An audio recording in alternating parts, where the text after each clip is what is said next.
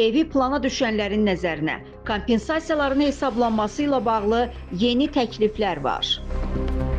Azərbaycan Tikinti İstehsalçıları Assosiasiyası İctimai Birliyi köhnə tikililərin sökülməsi zamanı üzə çıxan hüquqi və texniki problemlərin sistemli şəkildə aradan qaldırılması məqsədi ilə təkliflər paketi hazırlayıb. Report xəbər verir ki, bunu Assosiasiyanın sədri Ramiz İsayev bildirib. Qeyd edilib ki, bu sahədə əsas problemlərdən biri təzminatla bağlıdır.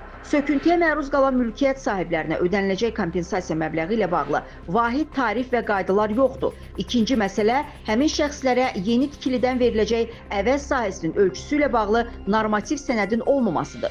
Üçüncü problem isə kompensasiya və yaxud əvəzləşməyə daxil ediləcək sahələrin hansı kriteriyalara əsasən hesablanacağı ilə bağlı normativ tənzimlənmənin mövcud olmamasıdır. Bu problemlərin aradan qaldırılması üçün Assosiasiyanın təklifləri mövcud iqtisadi və hüquqi reallıqlara əsaslanır. Kompensasiyanın məbləği iqtisadi inkişafla bağlı məsələ olduğundan bu rəqəm Nazirlər Kabinetinin qərarı ilə müəyyən olunmalıdır. Məbləğ iqtisadi artım, inflyasiya və digər maliyyə göstəricilərinə uyğun olaraq çevik şəkildə dəyişdirilə bilməlidir. Mülkiyyətçilərin əmlakları əvəzinə veriləcək sahənin ölçüsü isə Şəhərsalma və Tikinti Məcəlləsinə əlavə ediləcək yeni maddə ilə tənzimlənməlidir. O əlavə edib ki, təklif edilən hüquqi mexanizm həm mülkiyyətçilərin əsassız tələblərinin, həm də tikinti şirkətlərinin verdiyi özbaşınalıqların qarşısını almağa xidmət edəcək. Bəzi hallarda mülkiyyətçilər qanunsuz və yüngül konstruksiya ilə inşa olunmuş, fərdi yaşayış evinə aid olmayan tikililərin də ölçülməsini, kompensasiya olunmasını tələb edirlər.